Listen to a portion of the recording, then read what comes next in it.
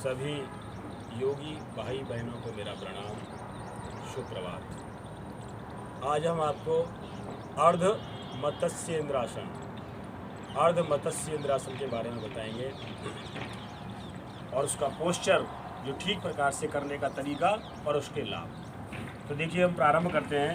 हमने एड़ी को, यानी कि अपने बाएं पैर की एड़ी के ऊपर हम बैठ गए इस तरह से। ये पहला पोस्चर है अर्ध मत्स्य इंद्रासन का। मत्स्य कहते हैं मछली को। मछली की आधी आकृति बनाने से संबंधित इसका पोस्चर है। अब दूसरे पैर को मैंने, जो मेरा सीधा पैर है, उसको उठा करके अपने घुटने की बगल में इस तरह से रख दिया। ध्यान रहे कमर बिल्कुल सीधी रहे। कमर सीधी करने के लिए आप दोनों हाथों का सहारा इस तरह से आप ले सकते हैं। कमर सीधी रहने पर ही आपकी मेरुदंड के अंदर जो नर्व सप्लाई है और ब्लड सप्लाई है वो ठीक से हो पाती है। अब मैं संतुलन बनाने के लिए सीधे हाथ को इस तरह से अपने बगल में रखे हुए संतुलन के लिए, और ये काफ़ी कठिन होता है, लोग ठीक से कर नहीं पाते हैं और इसको उल्टा सीधा करने का प्रयास करते हैं। अब मैंने सीधा हाथ ज़मीन में है, मैंने अपना बायां हाथ ऊपर उठाया हुआ है और छाती से लगा लिया। पहले ये देखो, छाती से लगाया, फिर मैंने घुटने को इस तरह से, मैं कंधे को घुटने के पास लाने का प्रयास कर रहा हूँ, लेकिन मेरुदंड इस हाथ से सीधा किए हुए। इस हाथ से मेरा मेरुदंड सीधा है और ऐसे ला करके मैं, अब बिल्कुल मेरुदंड सीधा भी है। आप देखिए मेरुदंड सीधा है। मैंने अपने पंजे को पकड़ लिया इस तरह से और ट्विस्ट करना है मेरुदंड को, ताकि जो अवशेष नर्व्स और ब्लड सेल्स हैं उनमें रक्त का दबाव और प्रवाह बनेगा, तो जो दबी हुई नसें हैं वो खुल सकती हैं। ये देखिए, अब मैं पीछे की ओर देखूंगा। जो मेरा सीधा हाथ है पूरा मुड़ना है मुझे, जितना मुड़ सकता हूँ।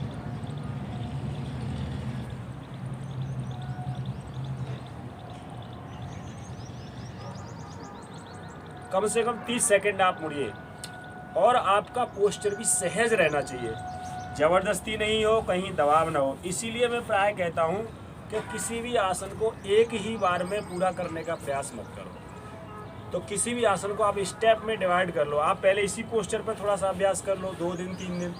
जब ये पोस्चर आपका ठीक से हो जाएगा तो फिर अगला पोस्चर बनाइए। आप एक ही बार में करने का प्रयास करते हैं तो गलत होता है प्राय, और जल्दी में नुकसान भी हो जाता है, नसें खिंच जाती हैं उल्टी सीधी। तो ऐसा आप ना करें। अब मैं देखिए ठीक से अपनी दाएं पैर की एड़ी पर बैठ गया। बेटा सीधा कर लो कमर बिल्कुल, और कमर मेरी सहारा लिया। इस हाथ से मैंने कमर को सीधा करने का प्रयास किया। दूसरे पैर को मैंने उठा करके इस तरह से घुटने के बगल में रख दिया। इसको थोड़ा ऊंचा कर रहा हूं मैं। ये देखिए, ऐसे लगाइए अब इसको सीधा।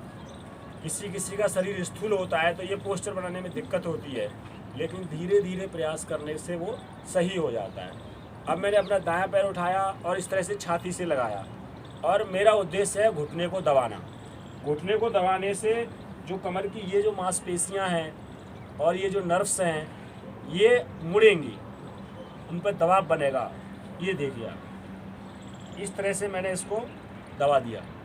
अब मैं, जो मेरा बायां हाथ है उसकी ओर पीछे देखूंगा, और इसका फुल पोस्चर तो ये हाथ उठा करके भी मैंने यहाँ रख लिया। ये देखिए, अब मेरे दोनों हाथ जमीन से ऊपर हैं और कमर को पूरा ट्विस्ट कर दिया है, घुमा दिया है। अब पीछे देखना है।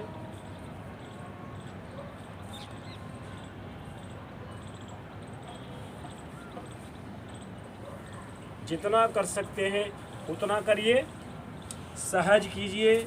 शरीर के साथ हिंसा करने से भी आसन खराब हो जाता है और रोग प्रारंभ होने की स्थिति हो जाती है। इसके लाभ जो मैंने वक्र आसन में बताए थे उससे ज़्यादा इसके लाभ हैं। एक तो इसमें संतुलन बनता है, शरीर का संतुलन बना के जो आपको साइकोफिजिक बैलेंसिंग की पोजीशन होती है, यानी मानसिक और शारीरिक संतुलन बनाने में आपको मदद मिलती है।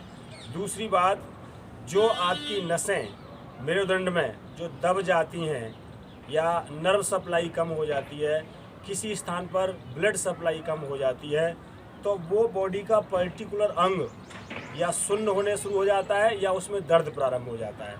देखिए, हम आपको साफ साफ बता दें कि जैसे पेड़ की जड़ होती है ना, उसी तरह से हमारे शरीर की जड़ होती है रीढ़ की हड्डी। और साइंस पढ़ने वाले विद्यार्थी, डॉक्टर्स बहुत अच्छी तरह से जानते हैं कि हमारे स्पाइनल रीजन, थोरेसिक रीजन और लंबर रीजन, ये थोरेसिक रीजन से हाथों की नसें निकलती हैं पूरी उंगलियों तक, और ऐसे ही लंबर रीजन से पैरों की नसें निकलती हैं। तो उन नसों में ब्लड सप्लाई और नर्व सप्लाई, इन दोनों के प्रभावित होने से ही वो पर्टिकुलर अंग या तो दर्द करता है या सुन्न होना प्रारंभ कर देता है। और फिर एलोपैथी चिकित्सा में बड़े बड़े पैसा खर्च करने के बाद भी समाधान नहीं मिलता।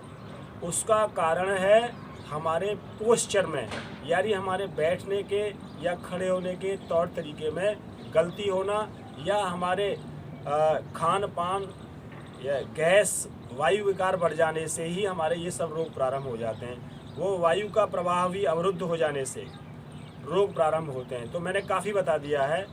आप इस तरह से आसन करने के लिए मेरे साथ जुड़ें, वीडियो को लाइव करें, सब्सक्राइब करें और पूरा योग का लाभ लें। आधे अधूरे तरीके से करने से, पूरी जानकारी न होने से कोई लाभ नहीं मिलता है।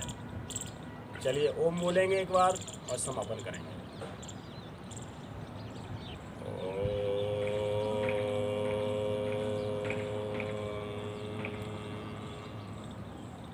आप सबको बहुत बहुत धन्यवाद।